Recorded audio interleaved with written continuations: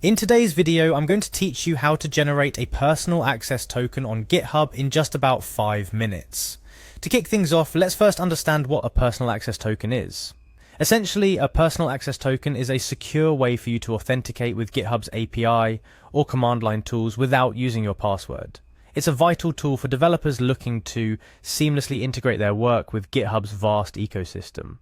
Now let's dive into the actual process of generating this token. First, you'll need to navigate to GitHub's homepage. Simply open up your preferred web browser and type in GitHub's URL to get there. Once you're on the homepage, you'll be greeted with the option to sign in. Go ahead and click on that sign in button. It's crucial that you're logged into your GitHub account to generate a personal access token. Next, you'll be prompted to enter your username or email address associated with your GitHub account.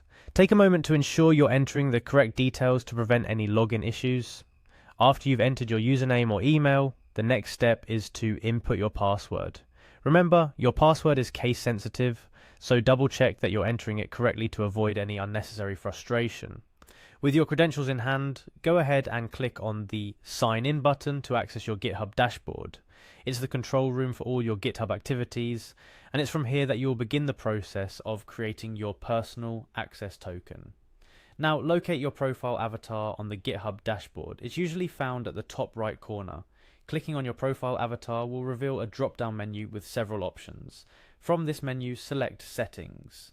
This is where you can manage your account settings, including security features and developer settings, which is exactly where we need to go next.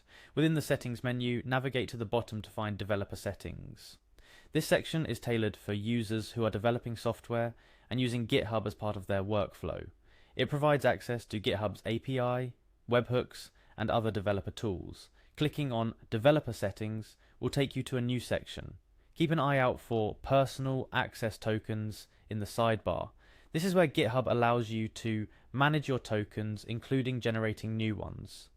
Once you're in the Personal Access Tokens section, look for a button labeled Tokens Classic. It's important to click on this button as it will direct you to the Classic Token interface, where you can generate a new token. You're now on the verge of creating a new personal access token. Find and click on the Generate New Token button.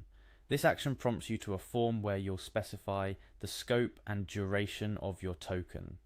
When generating your token, you'll be asked to provide a note or description for it. This helps you remember the purpose of each token, especially if you end up generating more than one. It's a good practice to be specific in your description to avoid any confusion later on. Next, you'll need to select the scopes or permissions you want to grant this token. The scopes control access to GitHub's resources, such as repositories, user data, and more. It's crucial to only select the scopes necessary for the tasks you intend to perform with the token. Granting excessive permissions could pose a security risk if the token were ever compromised. Once you've filled out the form, including the token description and selected the appropriate scopes, go ahead and hit the Generate Token button at the bottom of the page. Congratulations, you've just created a new personal access token. GitHub will display your new token on the screen. This is the only time it will be shown, so make sure to copy it and store it in a secure place. You'll need this token to authenticate with GitHub's API and other tools moving forward.